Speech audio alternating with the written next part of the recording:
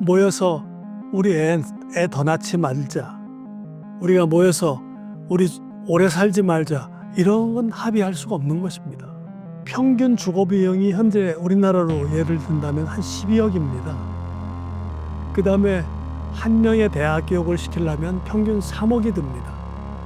그리고 그 아이를 좀 기르고 다시 직장에 복귀하려면 AI 그 기업의 어떤 그 부속품을 그들이 영업을 잘해서 수익을 많이 내서 그 기업 주가 지수나 가치가 올라갔다면 그거는 다른 얘기인 것입니다. 그렇기 때문에 이것은 제가 볼 땐 사기인 것입니다. 왜 그러냐면 세상엔 3대 축이 있습니다.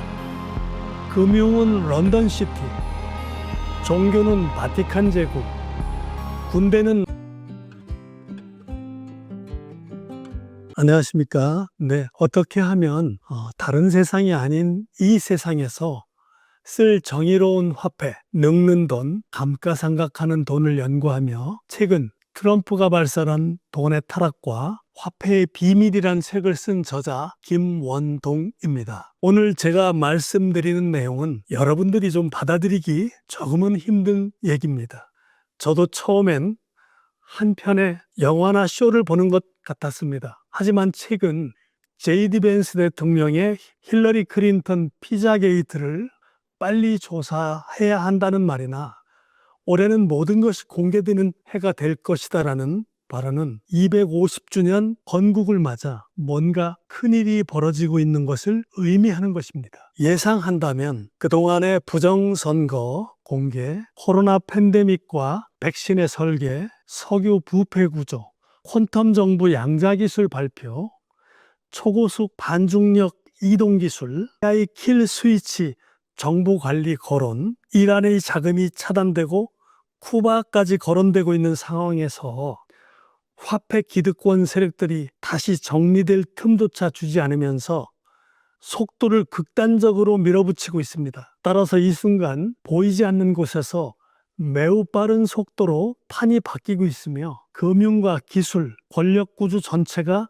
동시에 움직이는 흐름이라고 할 수 있습니다. 또 2026년 6월부터 독립 250주년을 맞이하여 재무장관 스콧 베센트의 사인과 트럼프 대통령의 사인이 새겨진 새로운 달러와 통화의 현대화가 추진되는 놀라운 일을 목도하게 될 것이고, 미국 건국 250주년을 맞는 7월 4일부터 부채를 기반으로 하는 금융노예 시스템에서 고대부터 6천년 문명 주기, 희년 부채, 탕감 시대, 역사적 법률의 묵시적 폐지, 부채 슬레이트 제도의 새로운 금융제도 시대로 진입할 것으로 추정됩니다. 아마 얼마 전까지 제가 이런 얘기를 하면 음모론자라고 치부되어 일축했던 것입니다. 그러나 여러분, 트럼프의 등장과 시작된 변화는 그런 것이 아닙니다. 트럼프의 등장은 지금까지 익숙한 것과의 결별이고 새로운 질서의 시작인 것입니다. 1980년대까지는 그들의 실체를 말하거나 비밀을 누설하면 조용히 제거되었습니다. 하지만 지금 시대는 그렇게 문제를 덮는 것을 더 이상 어렵게 됐습니다. 트럼프는 모든 정보와 증거를 다 갖고 있습니다. 우라늄도 아닙니다. 호르무즈도 아닙니다. 석유도 아닙니다. 레이짐 체인지도 아닙니다. 세상엔 3대 축이 있습니다. 금융은 런던시티, 종교는 바티칸 제국, 군대는 워싱턴 수업화가 있습니다. 또 그 하부 조직인 월가와 나토, 시오니즘 세력, 이들을 총칭해 바빌론의 후손들이라 합니다. 이들은 더 이상 숨을 곳이 없을 것입니다. 우리가 지금까지 교육받은 암기된 지식들은 많은 부분 세뇌된 거짓이 많습니다. 이번 전쟁의 본질은 언론에서 보도되는 것으로는 해석할 수 없습니다. 트럼프 대통령의 중간 선거에 유리한 단기전이냐, 장기전이냐, 협상이 지지부진하다. 사실상 이란이 이긴 전쟁이고 트럼프는 미국 국민들 반대 여론에 쩔쩔매고 있다. 모두 가짜뉴스고 딴 나라 얘기들인 것입니다. 트럼프는 더 이상 착한 사람 행세는 하지 않겠다는 말 속에 이제 세상은 더 이상 숨길 수 없을 것입니다. 따라서 저자는 어떻게 하면 다른 세상이 아닌 이 세상에서 행복하고 정의롭게 쓸 수 있는 늙은 화폐, 감가상각하는 화폐를 연구하던 차에 트럼프라는 구세주를 만난 행운으로 계속 추적해오던 스토리를 여러분과 함께 나누고자 하는 것이란 점을 이해하고 들어주셨으면 고맙겠습니다. 우리 현재 인구는 2024년 말 84억 명으로 제가 알고 있습니다. 그렇다면 1650년경 한 376년 전이라고 추정되는데요. 그때만 해도 5억 4천만 밖에는 지구의 인구가 안 됐었습니다. 그렇기 때문에 지금 한 376년 만에 약 지구의 인구는 15.5배가 늘어났다고 봐야 되는 것이죠. 그렇기 때문에 우리가 숲속에 사는 동물의 세계에서도 먹이 사슬과 그 동물의 숫자가 밸런스가 맞지 않으면 엄청난 혼란이 오겠죠. 먹이를 가지고 싸우겠죠. 그렇기 때문에 그 숲속에서 그 먹이에 맞게 개체수를 조정하는 영적인 기능을 수행하는 게 늑대란 동물입니다. 우리는 늑대를 굉장히 야수로 우리는 동양에서는 비유합니다만 서양 사상에는 늑대는 신성한 동물로 취급받고 있습니다.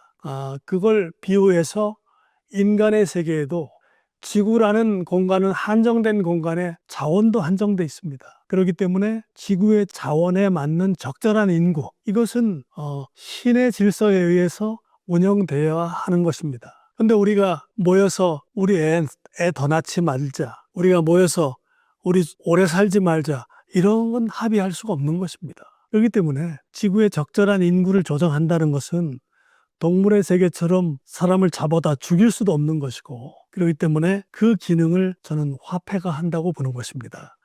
화폐는 우리가 예수 그리스도를 믿는 것처럼 또 다른 신입니다. 화폐가 사회에서 나의 직업을 결정해주고 나의 인격을 형성해주고 나의 신분을 결정해줍니다. 그것은 그러한 사회 기능 역할을 하는 것이 신이지 않습니까?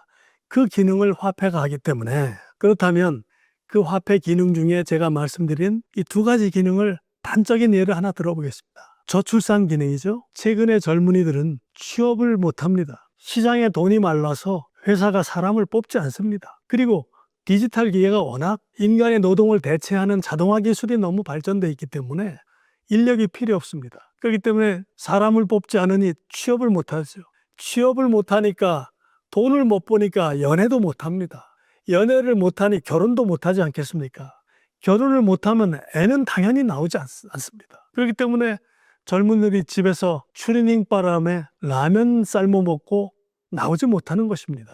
그렇게 되니까 지금 현재 한국만 해도 평균 출산율이 0.6명 아니겠습니까? 그렇기 때문에 세계 최고의 저출산 국가에 대한민국은 모델 국가인 것입니다. 세계는 우리 한국을 다 지켜보고 있습니다. 그렇기 때문에 과연 저출산이 일론 머스크가 얘기하는 AI 기계로 대체하는 축복된 세상이 올 것인지, 과거의 20세기 파라다임으로 노동력이 없어서 연금을 못 줘서 굶어 죽는 일이 발생할 건지, 이거는 지금 세계가 다 지켜보고 관찰하고 있는 것입니다. 그리고 두 번째는 평균 수명 단축입니다.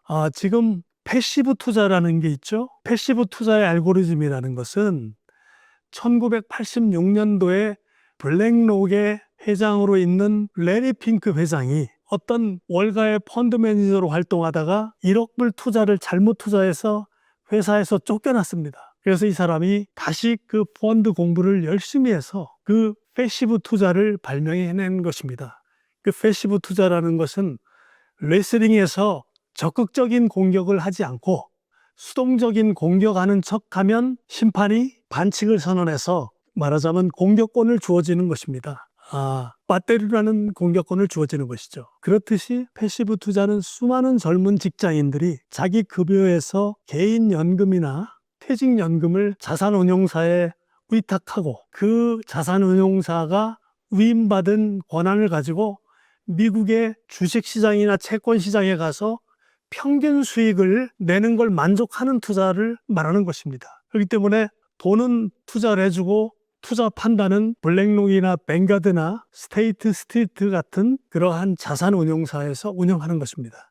그게 오늘 현재 22조 달러나 됩니다. 그러니까 세계 모든 제대로 된 글로벌 기업은 그 세계 기업이 다 대주주로 있는 것입니다. 그렇기 때문에 지금은 AI 그들이 그 투자받은 그 패시브 투자 금액을 가지고 AI 주식을 사다 보니까 AI 주식이 지금 다우지수 주가 시장의 35% 이상이 거품이 엄청 껴있죠. 그러니까 지금 현재는 많이 땄습니다. 우리 국민연금도 약 200조를 땄습니다. 현재는.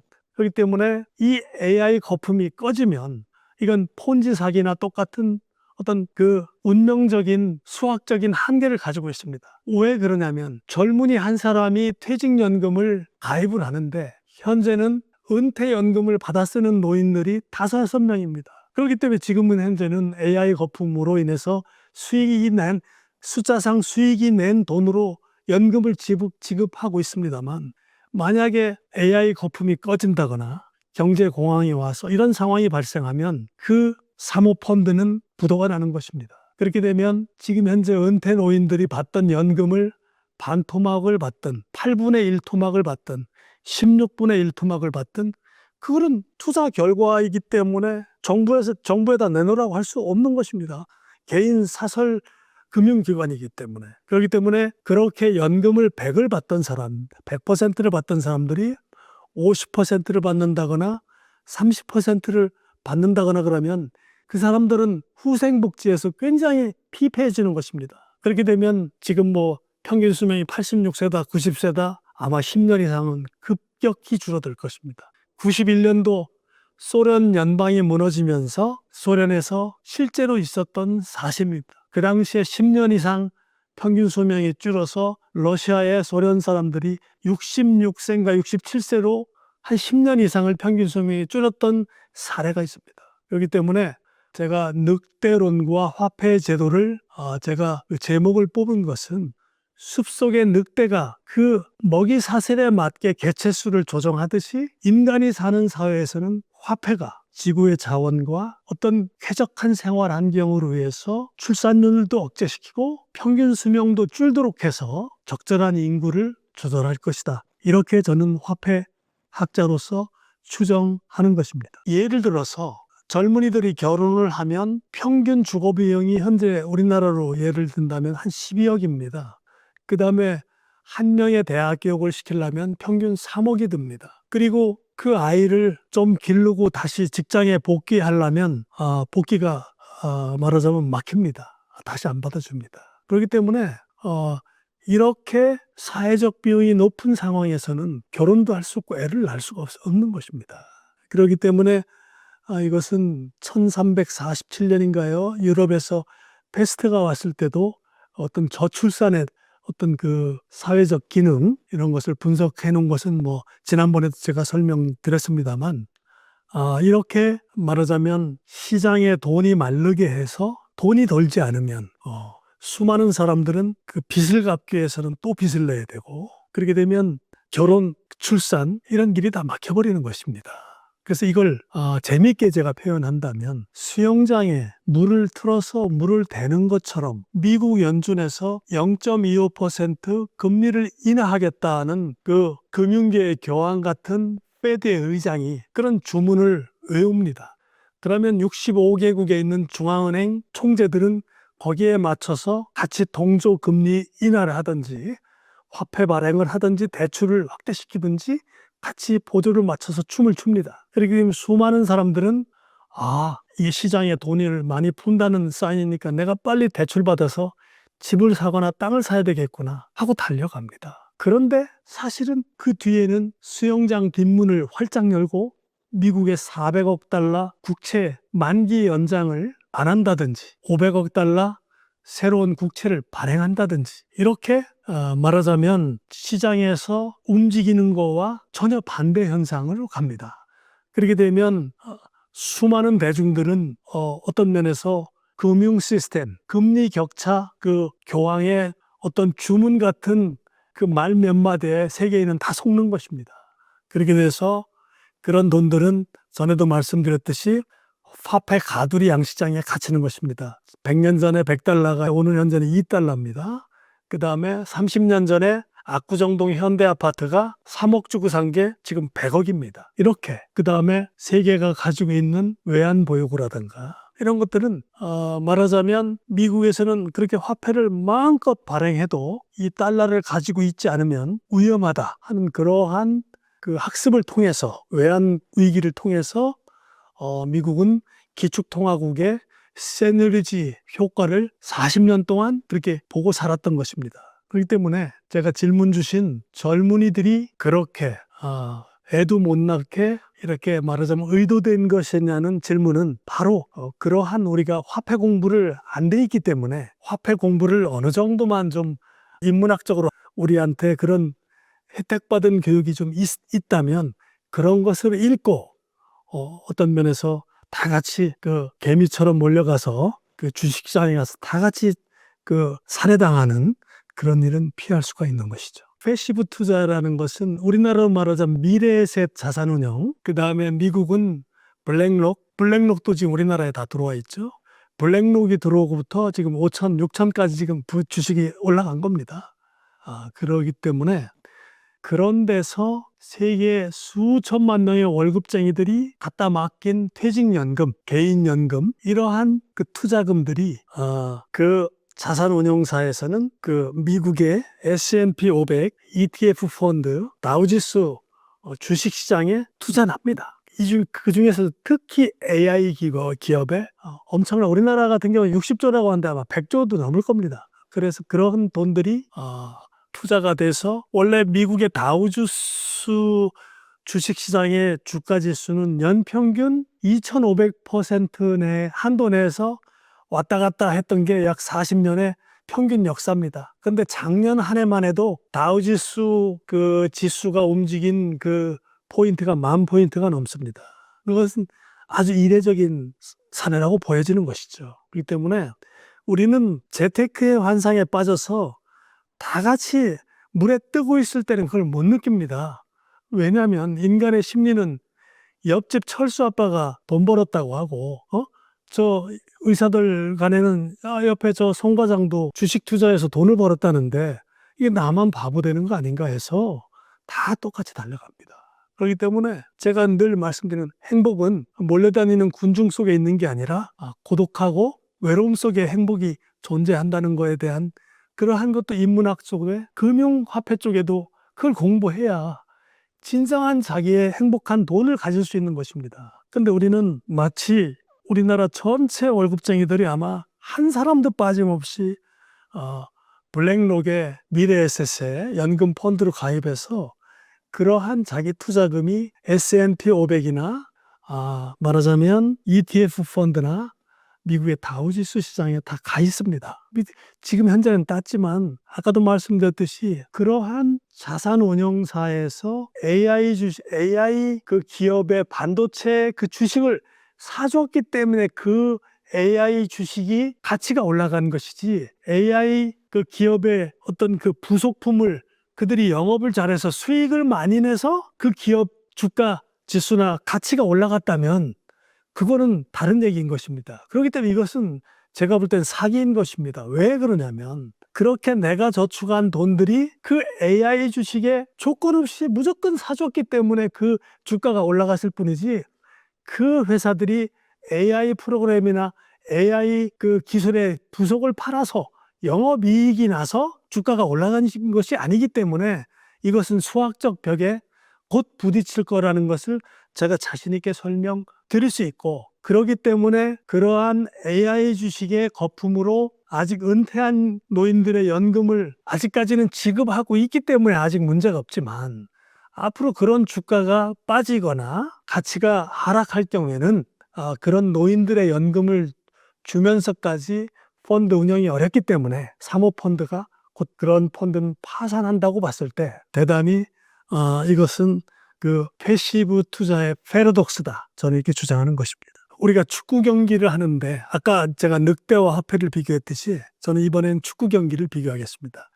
축구 경기는 절대 손을 대면 안 된다는 규칙이 있습니다. 발로만 차기 때문에 재밌는 것입니다. 근데 그 중에 심판이 어떤 선수 한 사람에게만 너는 손을 대도 괜찮다. 그러면 그 축구 경기가 재미있을까요? 재미없을 겁니다. 이런 얘기를 왜 말씀드리냐면, 고대에는 기독교 사회에서는 말하자면 교회 중심 사회였었습니다. 그렇기 때문에 교회 묘지에 묻힐 수 없다는 것은 천국에 갈 수 없다는 얘기나 똑같은 얘기입니다. 그렇기 때문에 성경의 레위기 25장에 너희는 동족에게 돈을 빌려주고 이자를 받아서는 안 된다라는 구절이 있습니다. 그것은 그들의 동족에게 얘기한 것입니다. 그러면 동족이 아닌 사람에게는 돈을 빌려줘도 이자를 받아도 괜찮다는 얘기로 해석이 되겠죠. 기원전 33년 예루살렘 6월절 아침 새벽 이 채 밝기도 전에 로마 총독 본디오 빌라도는 관저 앞에 관중이 몰려들었습니다. 그들은 한 사람을 끌고 왔습니다. 갈릴리 출신의 랍비, 전날 밤 체포된 사람 예수였었습니다. 빌라도는 마지못해 그를 신문하기 시작했습니다. 당신이 유대인 왕이냐? 그 사람이 답했습니다. 내 나라는 이 세상에 속한 것이 아니다. 빌라도는 다시 물었습니다. 그러면 당신이 왕이냐? 그 사람이 답했습니다. 내가 이를 위해 태어났으며 이를 위하여 세상에 왔나니 곧 진리에 대해서 증언함이노라. 진리에 속한 이는 내 음성을 듣느니라. 이렇게 얘기했습니다. 질문 주신 축구 경기에서 너는 손을 써도 괜찮다는 얘기는 이런 것입니다. 이렇게 해서 빌라도에게 신문받은 예수는 십자가에 못 박혀 죽었죠. 우리 성경에. 그런데 빌라도가 그랬습니다. 여기 살인자 한 명이 있는데 그 사람은 바라바라고 했었죠. 한 명을 살려주는 그 당시에 로마 총독의 관례가 있었는데 이 사람을 살려줄까? 예수를 살려줄까 물으니까 유대인들은 예수를 십자가에 못 박으라고 하고 살인자 바라바를 살려준 것입니다. 성경의 기록은 그렇습니다. 그렇기 때문에 유대인들은 하느님의 아들 예수를 십자가에 못 박혀 돌아가시게 한 죄인이라는 그 꼬리표가 그때부터 지금까지 존재하는 것입니다. 그렇기 때문에 그들은 스스로 우리는 예수를 못 박혀 돌아가시게 한 죄인이기 때문에 교회의 공원 묘지에 묻힐 수가 없는 죄인이다. 이렇게 스스로 자기들이 그렇게 얘기한 겁니다. 그러면서 하느님이 주관하는 시간에 대한 것이 이자이기 때문에 하나님의 영역에 침범하는 자는 하느님한테 죄를 짓는 거기 때문에 이미 죄를 지은 우리밖에는 고리대금업을 하는 것이 옳다. 이런 전제에서 자기들이 소위 돈장사를 한 것입니다. 그렇다면 그 돈장사가 고리대금업이 특혜입니까? 아니면 그들이 탄압을 받은 것입니까? 그건 한번 우리가 깊이 고민해 봐야 될 문제인 것입니다. 그렇기 때문에 거기에서 다시 하나 또 종기적으로, 왜냐하면 저는 화폐를 늘 우리 심리적인 상태를 모르고는 화폐를 설명할 수 없다는 전제에서 자꾸 성경을 끌어들이는데, 그런 점은 제가 어떤 신앙인으로서 믿고 안 믿고를 떠나서 우리가 함께 생각해 보자는 의미니까 꼭 그렇게 생각해 주시기를 부탁드리겠습니다. 그러면서 2500년 전 아테네 그리스의 법정에서 이런 일이 있었습니다. 소크라테스요, 다시는 아테네의 젊은이들을 타락시키지 않겠다는 그런 얘기를 우리 배심원들 앞에서 고백하면 너의 사형 언도는 회수하겠다. 그리고 추방령으로 낮춰주겠다. 이렇게 배심원들이 제안했습니다. 근데 소크라테스는 존경하는 아테네 시민들이요, 존경하는 배심원들이요, 나 소크라테스는 진리를 탐구하는 일을 멈출 수가 없다. 도저히 그 의견을 받아들일 수가 없다. 나는 사형을 받아들이겠다 하고 사약을 먹고 죽었습니다. 그것을 가지고 우리나라 같은 경우에 법조계에서는 가끔 이런 얘기를 하죠. 소크라테스는 악법도 법이라는 것을 받아들여서 죽은 거야. 말이 되지 않는 얘기입니다. 저는 법학을 공부를 하진 않았습니다만 너무나 이건 아주 표피적인 얘기조차도 모르는 이 법지식인 것입니다. 그 속에는 이런 진리가 숨어 있습니다. 진정한 정의란 인간이 정해놓은, 소크라테스는 인간들이 편의에 의해서 정해놓은 법 때문에 죽어갔다. 그렇기 때문에 인간들이 만들어낸 법이라는 것은 정의가 될 수 없다. 이런 전제가 깔려 있고요. 그래서 제자인 플라톤은 아니 저렇게 훌륭한 스승이 그 젊은이들을 어떤 탐구하는 그런 얘기를 했다고, 정의를 위한 탐구에 대한 토론을 했다는 것 때문에 죽어간다면 이 세상에 정의는 존재하지 않는다. 그렇기 때문에 정의라는 것은 다른 세계에서나 존재할 수밖에 없다라는 플라톤의 이데아론이 나온 겁니다. 그래서 미국의 독립선언서에 보면 미국의 법관은 종신제입니다. 그 사람이 죽지 않는다면은 법관의 자리를 뺏을 수가 없습니다. 우리나라는 판사든 검사든 2년이고 3년이 되면 저리 가라 이리 가라 그만둬라 임명을 다 하죠. 임명권자가. 이건 진정한 법 정의라고 볼 수 없는 것입니다. 그렇기 때문에 너는 누구한테도 눈치 보지 말고 어떤 사람한테도 꿀리지 말고 네 소신대로 판결을 하라는 그 종신제 법관제가 거기에 존재하는 겁니다. 그래서 그리스 아테네의 배심원들이 소크라테스한테 사형 언도를 내는 그 자체가 인간들이 정해놓은 질서를 해친다는 미명 아래 죽은 것입니다. 그런데 플라톤이 보기에는 아니 세상 인간들이 자기들끼리 편하자고 만들어 놓은 법 때문에 그걸 위반했다고 인간이 인간을 사형 언도를 내리고 그게 죽을 수 있다라면 정의란 존재하지 않는다. 그렇기 때문에 정의란 다른 세계에서나 존재할 수밖에 없다는 것을 플라톤의 그 사상을 이집트 알렉산드리아에 있는 필론이라는 유대인 랍비가 차용해 간 것입니다. 기독교 사상으로. 제가 볼 때는 그렇습니다. 그렇기 때문에 이 화폐에 대한 그 개념도 소크라테스와 플라톤이라든가 기독교와 유대교를 이렇게 끌어들여서 유대인들이 지금 금융세계를 다 지배하고 있는 문제나 성경에 기록되어 있는 고리대금업에 대한 어떤 레위기 25장이라든가 이런 것들은 아주 오래전부터 치밀한 설계에 있다고 저는 보여집니다. 그렇기 때문에 지금까지는 그 누구도 그 유대인 금융 세력들한테 이러한 질문조차 하지 못하는 세상이었는데 이제는 트럼프라는 아주 이 문명을 바꿀 수 있는 새로운 그 질서를 바꿀 수 있는 지도자가 나타나서 이런 얘기를 이제 앞으로 자연스럽게 드러내놓고 우리가 토론할 수 있는 시간이 왔다고 보여지는 것입니다.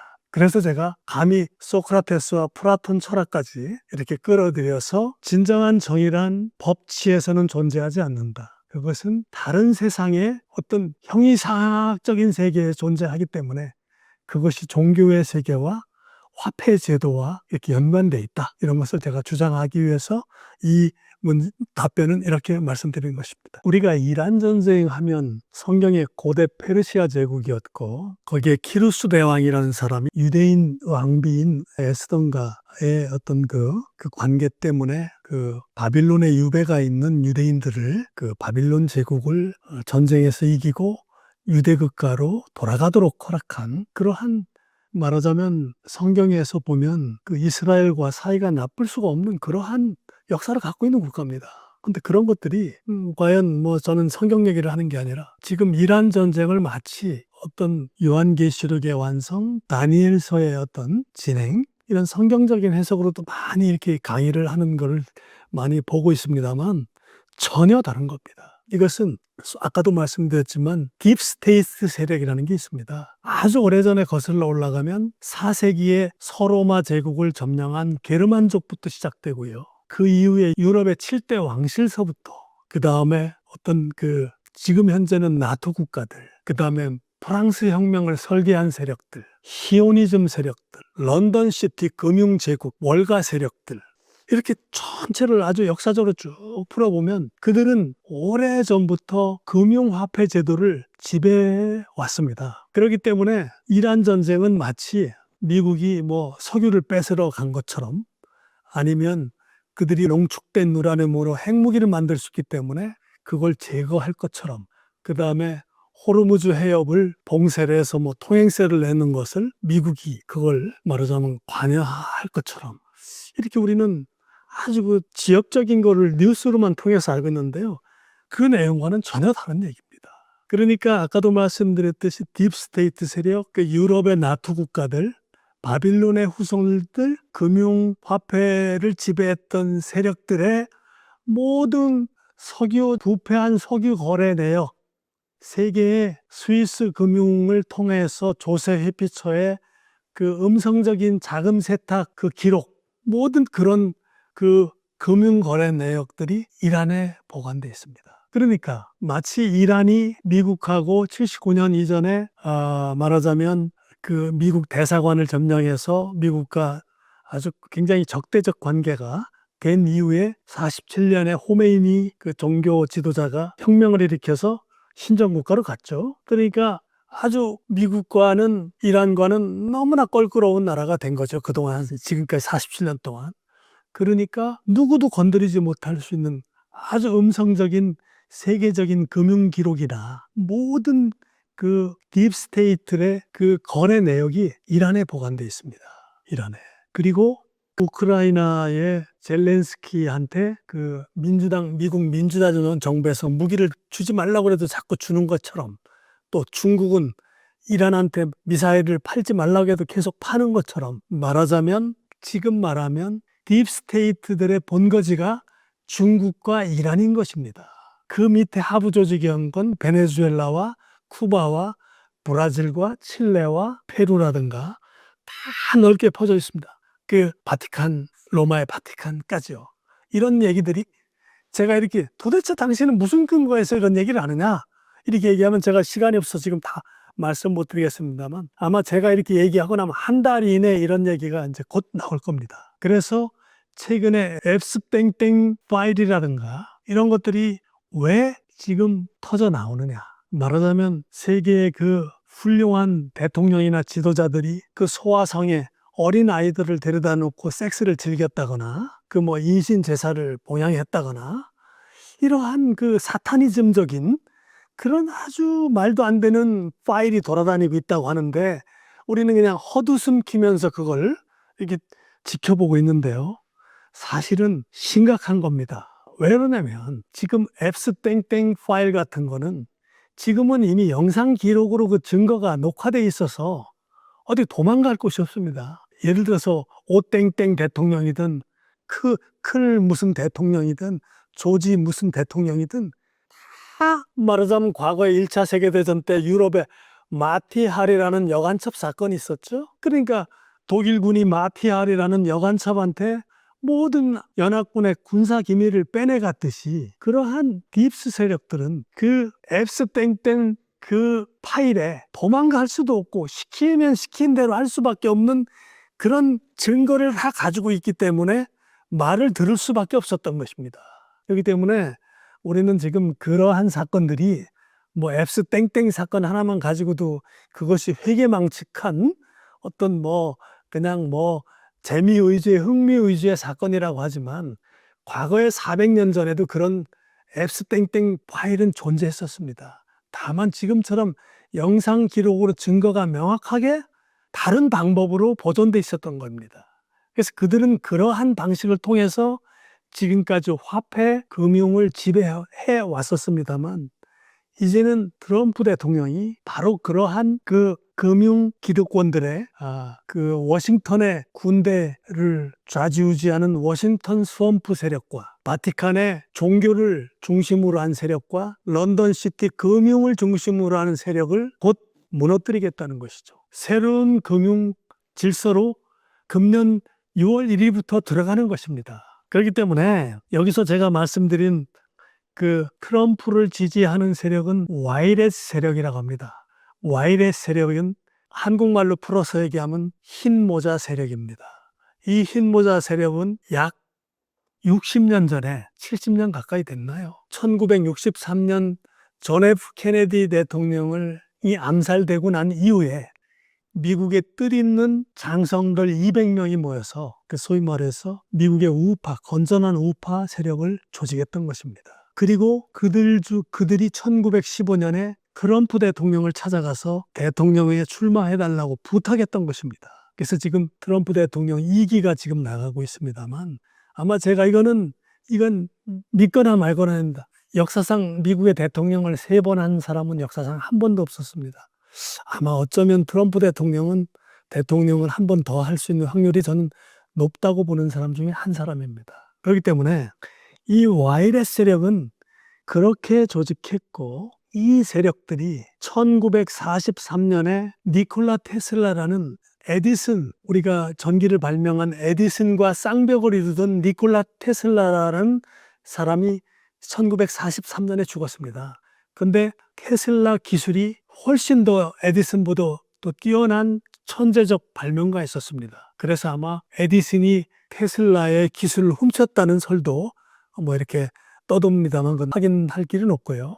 그래서 1943년도에 올든 크리프에 있는 니콜라 테슬라의 사망하고 난 후에 그 집에 미국의 CIA와 FBI 요원들이 들이닥쳤습니다. 그래서 니콜라 테슬라의 발명 문서들을 모두 다 수거해서 그것을 누구한테 줬느냐? 트럼프의 삼촌인 존 G. 트럼프 삼촌한테 줬습니다. 이 삼촌은 공학 박사 정도의 능력이 있는 학자였었고 당시에 MIT 대학의 학생들을 가르치는 교수였었습니다. 그래서 이 삼촌이 니콜라 테슬라의 그 발명 기술, 지금도 곧 발표할 겁니다. 아마 트럼프가 아까도 말씀드렸던 중력 초고속 이동 기술이라든가 양자 컴퓨터 기술이라든가 이미 그거는 니콜라 테슬라가 죽기 전에 발명해 놓은 기술인데 아직 발표가 안 된 기술입니다. 그래서 아마 여러분들이 잘 아시겠지만 얼마 전에 베네수엘라의 마두로 대통령을 납치하러 갔을 때도 그 기술을 써서 미국의 군인들은 단 한 명도 죽지 않았던 것입니다. 어떤 이 공간에 어떤 전파나 무슨 물체를 쏘면 총알이 튕겨 나간다는 기술입니다. 그것도 니콜라 테슬라가 발명해 놓은 기술이었던 것입니다. 그래서 이러한 그 삼촌인 존 트럼프 삼촌이 계속 그 서류를 가지고 연구하는 것을 트럼프 대통령은 어려서부터 그걸 보고 자랐던 것입니다. 그리고 청년이 돼서. 그런데 그 삼촌이 1965년 돌아가시면서 조카인 트럼프를 불러서 그 서류를 트럼프 대통령한테 넘기면서 이렇게 말했습니다. 조카야, 이 서류를 미국의 연방준비제도 이사회에서 발행한 화폐가 거의 종말을 고할 때쯤 이 문서를 공개하라. 지금 그 페드에서 지금 발행하고 있는 기축통화인 달러가 지금 40조 원이나 부채가 누적돼 있고 지금 종말이 다가와 있지 않습니까? 그래서 트럼프가 바로 그런 문서를 바로 공개할 시점이 왔다고 보여지는 것입니다. 그래서 다시 말해서 지금 질문 주신 이란 전쟁은 호르무즈 해협의 어떤 봉쇄나 개방이나 그 다음에 하르그 섬의 석유 시설의 점령이나 그 다음에 레이짐 체인지나 이런 것이 있는 게 아니고 화폐를 지배하는 딥스테이트 세력들이 모든 것을 중국과 이란을 본거지로 삼고 있었기 때문에 바로 거기를 파괴시키면 이제는 과거의 금융 시스템 세계는 무너지는 것이다. 이렇게 이해하시고 좀 더 자세한 얘기는 또 다음 강의에서 준비를 또 하겠습니다. 이란은 1979년 전까지만 해도 우리 대한민국보다도 국민소득이 더 높았었고 문명이 더 친미 국가였었습니다. 이란의 여성들은 미니스커트를 입고 다녔고 그 다음에 이란에서 그 생활 수준이 좀 괜찮은 사람들은 프랑스 파리로 쇼핑도 다녔습니다. 그럴 정도로 우리보다 훨씬 더 선진국이었었고 우리나라도 그 당시에 테헤란로가 있듯이 우리나라도 이란에서 어떤 그 기술을 좀 배워오기 위해서 같이 자매 결혼을 맡고 서울에는 테헤란로가 있고 이란 테헤란에도 서울의 길이 있는 것입니다. 그렇게 이란은 지금처럼 저렇게 9천만 명이 약 3천 달러밖에 안 되는 국민소득 저런 나라가 아니었었습니다. 그런데 1979년도에 그 호메이니라는 지도자가 어떤 종교혁명을 일으켜서 말하자면 이슬람 근본주의 국가로 변화된 것입니다. 근데 그것이 마치 우리는 그 당시에 어떤 종교적인 신념에서 그렇게 이루어진 것이다 생각하고 너무나 먼 곳에 있기 때문에 너무나 우리는 표피적으로 알고 있었는데 47년 동안 너무나 많은 이란 국민들을 학살시켰고 작년 6월에 어떤 그 대규모 집회 때도 약 4만 명가량 학살했습니다. 그렇기 때문에 우리는 마치 이란 국민들이 일부가 TV에 나와서 이스라엘을 죽음으로 미국을 죽음으로 하면서 태극기를 불태우는 장면을 보면 이란 국민들 다수가 어떤 이란 전쟁을 반대하고 이런 걸로 우리는 잘못 착각을 하고 있는데요. 이란 국민들 공무원들 5% 빼놓고는 이란 정부에서 월급을 받아서 생활하는 공무원들 한 5% 정도를 빼놓고는 95%는 이스라엘 네타냐후 총리요, 미국의 트럼프 대통령이요, 빨리 와서 우리를 구해달라. 전쟁 미사일 총소리가, 포탄 소리가 멈추면 전쟁이 이대로 끝나는 게 아닌가 하는 불안에 휩싸여 있습니다. 그래서 제가 현지에 가서 보고 온 것은 아닙니다만 제 정보망에 의하면 지금 이란 국민들은 말도 안 되는 지금 엄청난 후진국적 삶을 살고 있는 것입니다. 그래서 지금 아마 이란이 이번 전쟁이 끝나면 아마 기독교로 많이 개종할 것이고, 지금 이란 국민들은 상당히 그러니까 얼마 전에 히잡을 쓰고 다니지 않는다는 어떤 이란의 젊은 여성을 사형시켰습니다.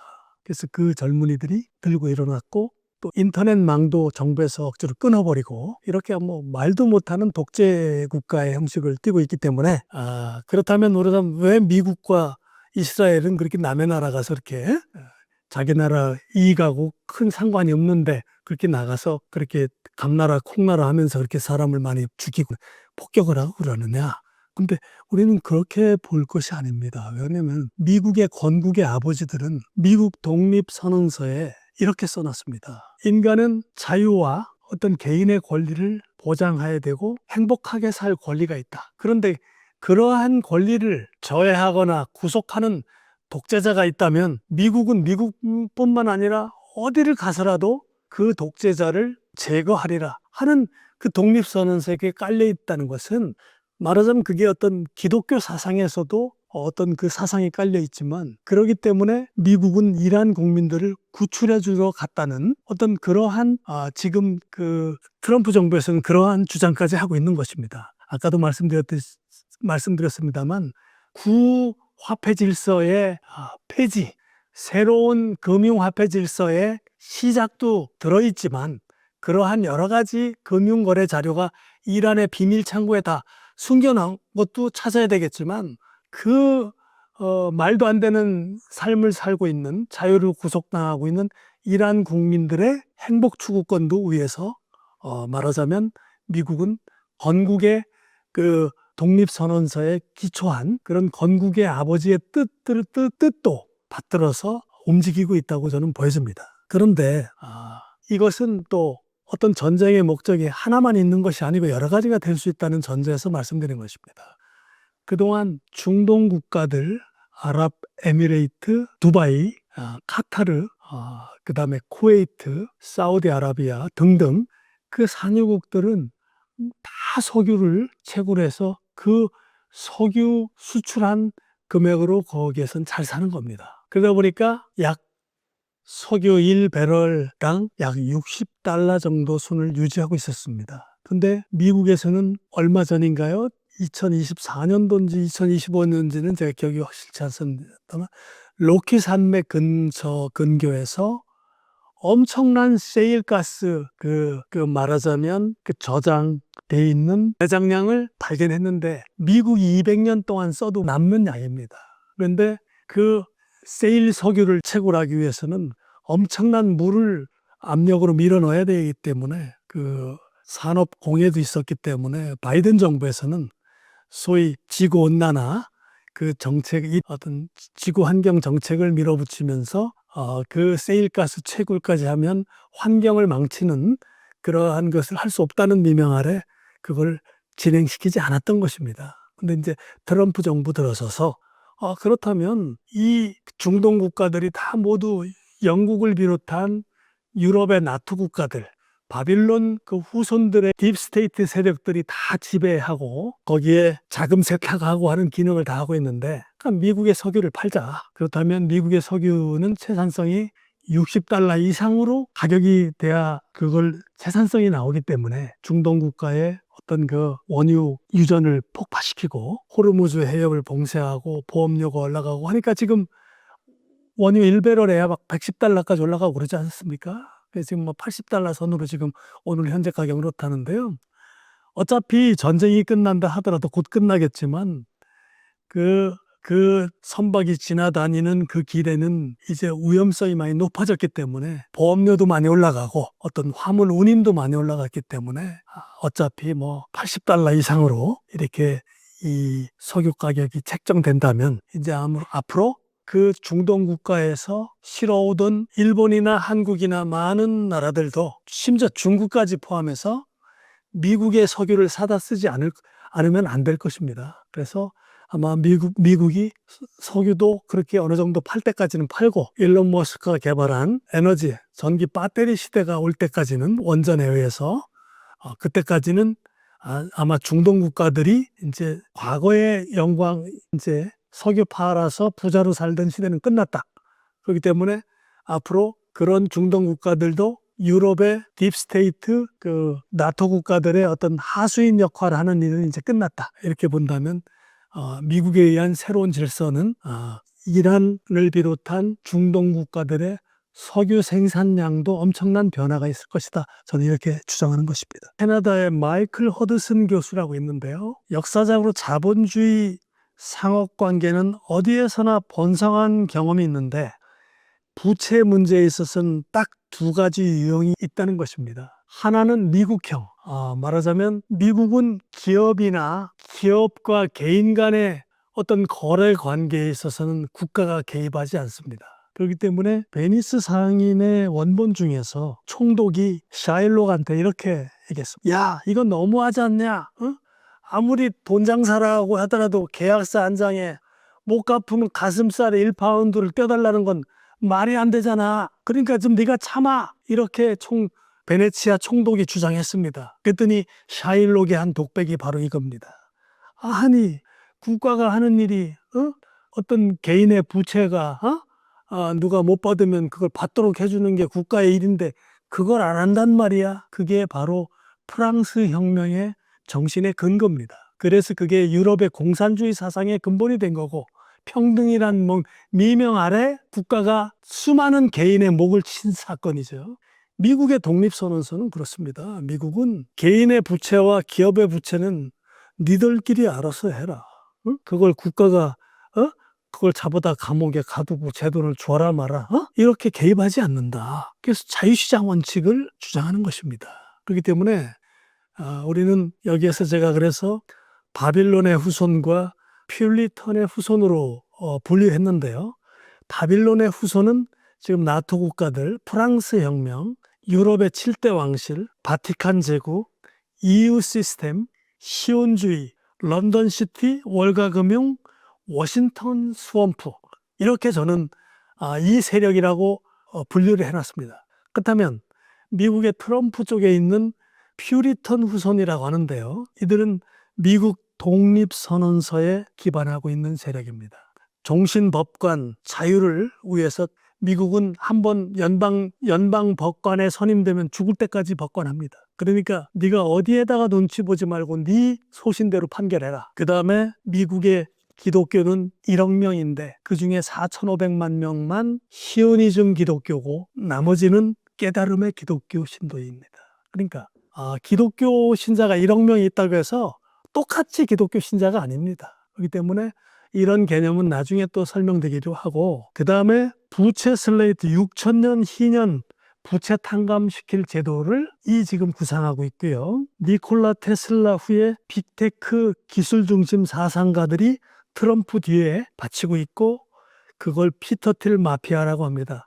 이들은 제2의 실리콘, 텍사스 오스틴의 제2의 실리콘을 지금 계속 마련 중에 있고, 제2의 월가는 플로리다 마이애미 도시에 지금 번창하고 있습니다. 그렇기 때문에 앞으로는 트럼프 대통령의 업적은 캐나다의 그 마이클 허드슨 교수에 의하면 어떤 대통령보다 큰 업적을 남길 것이다. 구약 성경에 페르시아의 키루스 대통령 업적보다 더 크게 업적을 남기고 대통령이라고 자신 있게 이 사람 논문에서 주장하고 있는 것입니다. 그리고 하나 덧붙여서 트럼프가 그 유럽의 그 딥스 세력과 한패가 아니라는 이유는 나토라는 국가는 1949년도에 조직됐는데요.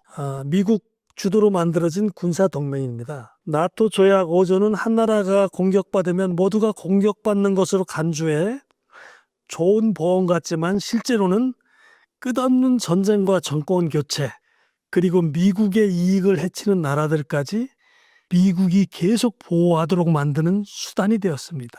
그렇기 때문에 나토는 자유를 지키는 착한 나라들의 모임이 아닙니다. 나쁜 적으로부터 보호하는 조직도 아닙니다. 말하자면 그들은 미국을 등쳐먹고 미국을 행동대장으로 앞세워서 세계의 각종 분쟁 지역을 일으켜서 이익을 취해왔던 것입니다. 그렇기 때문에 제가 이렇게 설명하면 이제 곧 트럼프 대통령 쪽에서 이제 곧 그런 발표가 있겠습니다만, 말하자면 나토는 말하자면 CIA나 미국의 MI6 왕립 연구소나 이스라엘의 모사드가 주도했고 나토의 비밀계획위원회를 통해서 조종합니다. 그래서 우리는 지금까지 우리가 음모론적으로만 이렇게 알고 있었던 것들이 이제 이번에 그 트럼프 2기 정부 들어서 많은 부분이 이제 새로운 질서로 가기 위해서 과거에 지금까지 구체제의 몰락을 우리가 목도하면서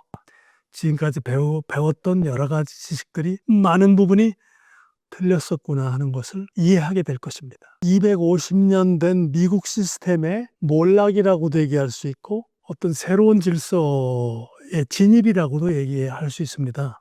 지금까지 말하자면 사회는 이미 21세기 디지털 세계로 진입하고 있는데 우리가 보는 생각과 제도는 19세기, 20세기에 아직 머물러 있습니다. 그렇기 때문에 우리가 지금까지의 민주주의는 더 이상 유효하지 않다. 이렇게 주장하는 것은 아까도 말씀드렸지만 지금까지 선거 제도는 우리가 단 한 표만 더 많아도 말하자면 그게 다수결의 원칙에 의해서 마치 진정한 제도인 것처럼 우리는 그렇게 민주주의라는 것을 운영해 왔는데 미국의 선거 제도는 속에는 아주 2500년 전에 아테네의 민주주의를 바로잡은 아주 재밌는 제도가 숨어 있습니다.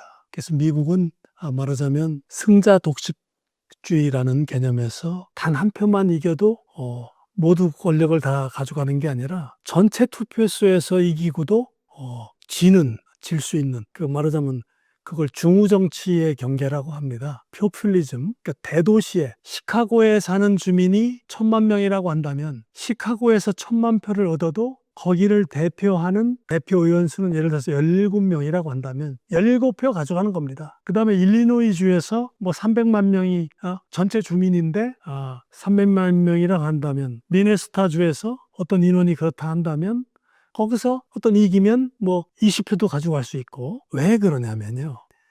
그 도시마다 사는 주민들의 성향이 다 다르거든요. 직업도 다르고. 그렇기 때문에 미국에서는 어떤 그 주의 교육 수준이나 그 주의 주민들의 어떤 성향에 따라서 아주 과학적으로 그 표를 계산한 겁니다. 그래서 흑인들이 많이 살고 아주 교육 수준이 낮은 그러한 주는 그 대표 의석수를 작게 해서 말하자면 전체 의견에서 반영시켜서 그 표를 조절한 겁니다. 근데 만약에 뉴욕주 같은 데서는 세계적인 인테리가 다 거기에 살고 있고 의식 수준이 높은 사람들 그러한 데서 투표수는 더 높게 해서 어떤 진정한 어떤 정치, 어떤 인기 위주의 도둑놈 같은 놈이 와서 어떤 표를 훔쳐가듯이 그렇게 대통령이 되는 길은 막아놨습니다. 그렇기 때문에 우리는 그렇게 해서 미국은 자기들이 원하는 그 대통령을 돈으로 매수하든 언론으로 통제하든 자리로도 유인하든 자기들이 원하는 대통령을 뽑아왔던 것입니다. 그런데 얼마 전부터 그러한 대중 포퓰리즘 정치가 횡행해서 말하자면 자기들이 원하지 않는 대통령이 나오게 되고 우리나라도 마찬가지죠. 그러다 보니까 소위 투표 개수기 조작에 의한 부정선거론이라든가 아직 확인 중에 있습니다만 그런 것들이 지금 계속 논란이 되고 있습니다. 그래서 제가 볼 때는 바로 그러한 점도 지금 아까 말씀드린 나토 국가의 바빌론 후손 세력들이 자기들이 금융 화폐 질서를 영원히 가져가기 위해서 저지른 짓들이라고 추정됩니다. 그렇기 때문에 그런 것도 지금 트럼프 대통령이 발표를 할 예정으로 저는 그렇게 알고 있습니다. 우리나라의 역할은 BTS를 하나 사례로 설명드리면 아마 적절한 예라고 보여집니다. 미국의 아이돌 그룹 가수가 뉴키즈 언더블럭이라는 가수가 있었습니다. 근데 몇 년 전에 우리나라 잠실운동장에 와서 공연하다가 나가는 길이 막혀서 아마 2명인가 밟혀 죽은 사건이 있었습니다.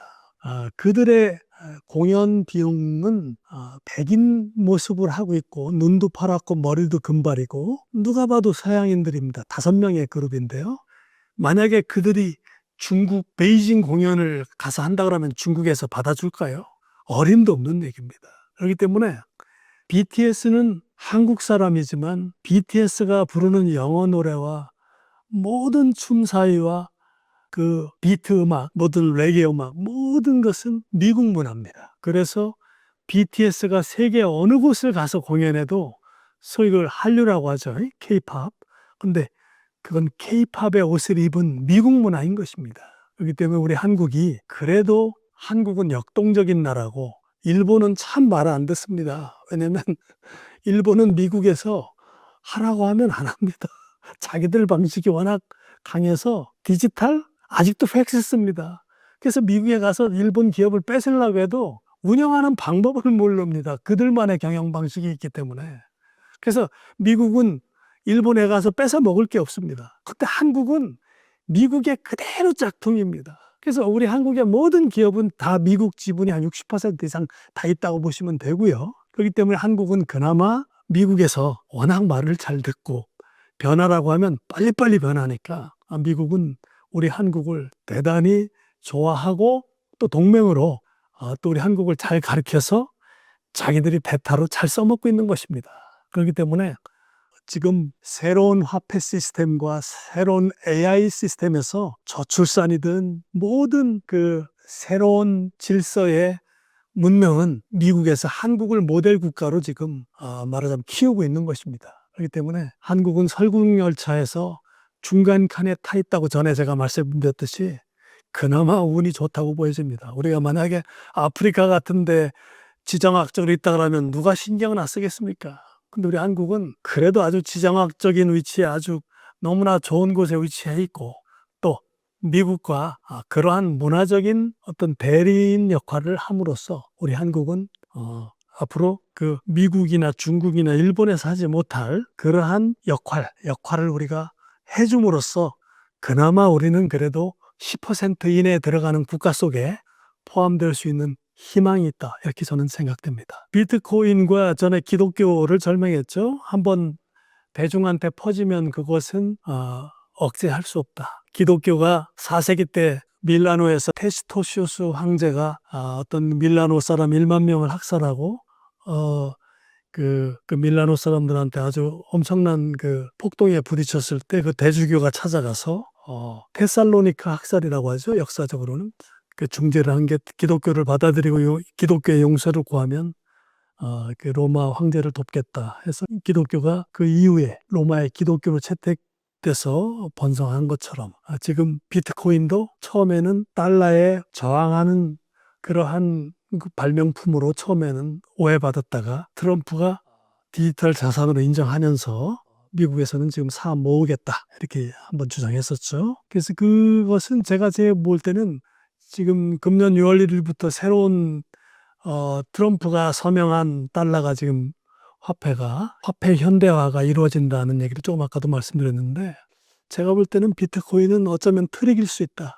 그렇기 때문에 비트코인은 그 사토시 나카모토가 라는 그 비트코인을 제작한 사람이 있다고 하는 그 미명 아래 그것은 제가 볼 때는 월가에서 제작했다고 저는 추정이 됩니다. 그래서 지금 세계 금 생산량이 구약시대 이래 약 23만 톤입니다. 그 중에 세계 약 유엔 가입 200개국에 퍼져 있는 우리 집의 장롱 속에 있는 금반지까지 다 포함해서 23만 톤입니다. 근데 미국이 포트녹스에 보관하고 있는 금이 8,100톤, 중국이 그동안 사모은 금이 5,000톤, 영국과 27개국이 보유하고 있는 금이 13,000톤, 기타 등등. 인도 태국 등등 이런 건 말하지 않겠습니다. 근데 미국에서 금 선물 시장에 의해서 리스금, 스왑금, 현물금을 통해서 우리 지금 개인들도 금 투자 엄청 했지 않습니까? 금 거래소에서 존재하지도 않는 종이금을 수십억 달러씩 거래하고 있었죠. 그래서 지금 금이 약 300달러 정도 되던 것이 지금 5,000달러까지 왔지 않습니까? 그러니까 이게 참 우리는 하나하나 수학적으로 분석 이렇게 하나하나 따져보고 하면 너무나 당연히 지극히 알 수 있는데 너무나 옆집 사람이 하니까 나도 하고 내 동료가 하니까 나도 하다 보니까 왜 안 하는지 모르고 하는 것입니다. 중국도 마찬가지입니다. 영국도 마찬가지고요. 그런데 미국에서는 바로 그 트릭이죠. 8,100톤을 70년대 정도의 장부 가격이 지금 340달러 정도의 8,100톤을 장부 가격으로 갖고 있습니다. 그것을 지금 현 시세 5,000달러로 다시 재평가하게 되면 1조 2천억 달러 정도의 차액이 발생합니다. 그래서 미국은 1조 2천억 달러를 발행해서 비트코인도 살려고 하고 있고 부채도 좀 갚겠다 하는 말을 지금 막 퍼뜨리고 있습니다. 그러니까 중국이나 세계 각국의 중앙은행 65개 중앙은행에서는 왜 사는지도 모르고 그냥 계속 금을 사 모았던 겁니다. 그래서 만약에 미국에서는 5,000달러 현재 시가로 달러를 1조 2천억 달러를 발행해버리고 금 가격이 떨어지면 아무 상관이 없는 겁니다. 그렇게 되면 그동안 미국의 국채를 팔아서 금을 사 모은 나라들은 막말로 쓰레기금이 되는 것이죠. 그리고 수많은 개인들이 종이금으로 선물 거래로 통장에 찍혀 있는 숫자상의 금은 그냥 허구로 사라지는 것입니다. 이 때문에 비트코인을 질문 주셨는데 그래서 저도 이제 비트코인은 하나의 세계 어떤 금융기관들한테 던진 하나의 어떤 미끼 아닌가. 저도 이제 이렇게 지금 추정이 된다. 제가 뭐 그런 비트코인에 대한 논문을 쓰지는 않았습니다만 우리가 다양한 각도에서 저는 생각을 해왔기 때문에 제 생각을 그렇게 말씀드린 겁니다. 돈의 타락과 화폐의 비밀이란 책에도 앞으로 할 얘기가 무궁무진하게 많습니다. 왜냐하면 동로마와 서로마 얘기를 우리는 그것이 나 사는데 무슨 관계가 있느냐 이렇게 말씀하시겠지만 굉장히 관계가 많습니다. 왜냐하면 행복한 돈을 공부하려면 그 정도까지는 조금 같이 토론해 보는 것이 좋을 것 같습니다. 그러한 차원에서 오늘 제가 여러분들한테 구독자에게 드리고 싶은 말씀은 많은 제가 역사와 인문학을 접하면서 이 사회가 어떤 매트릭스에 갇혀 있다는 것을 느꼈습니다. 즉 정치, 경제, 종교, 심리학, 금융 시스템에 이르기까지 설계부터 운영과 작동 방식이 마치 신의 질서 속에 살 수밖에 없다는 것을 느낄 수 있도록 짜놓았습니다. 예를 들어서 인간들이 필요에 의해 설계해 놓은 법치라는 것은 진리가 될 수 없다는 것을 아까 말씀드렸지 않습니까? 화폐제도는 이 세상에 단 한 번뿐인 인생, 너무 형이상학적 세계와 현실의 괴리감을 확실한 깨어남의 과정을 통해 검은 모자에 대한, 아까 검은 모자는 딥스테이트를 말씀드린 것입니다. 트럼프의 흰모자 전략을 믿고 이해할 수 있을 때 알고 맞는 매는 아프지 않은 것입니다. 내가 왜 이렇게 돈이 없고 내가 왜 이렇게 잘 나가지 못하는 이유는 그 알고 맞는 것입니다. 사회가 그렇게 짜여져 있기 때문에 그렇다는 것을 알면 내가 어느 정도는 참을 수 있는 것입니다. 게임의 이론이 화폐제도와 어떻게 맞물려 있는지 인과관계를 설명해 현재 트럼프 정부가 벌이고 있는 연속적 군사작전 상태에 있다는 것을 전해주려는 것입니다. 그렇게만 된다면 4세기 로마를 점령한 북유럽 게르만족부터 이후 로마를 점령한 궁정인들과 8세기 서고트 갈리아 왕국 메로빙거 왕 가문, 서프랑크 왕족 카롤링거 가문, 유럽의 7대 왕실 혼맥이 바빌론 문명의 후손이라는 것을 함께 바라볼 수 있을 것입니다. 따라서 현재 카톨릭과 나토, EU, 브뤼셀, 사회주의 친이슬람 중동과 이란, 중국을 본거지로 삼고 있는 전쟁을 벌이고 있는 바빌론 후손들과 트럼프를 중심으로 기술 중심 사상가들, 새로운 진보 세력, 독일계 아슈케나지, 흰모자 세력과의 내전 상황을 다시 말해 2000년이 넘게 지속되고 있는 서로마와 동로마의 역사 전쟁도 어쩌면 설명할 수 있을지 모르겠습니다. 지금까지 경청해 주셔서 감사합니다.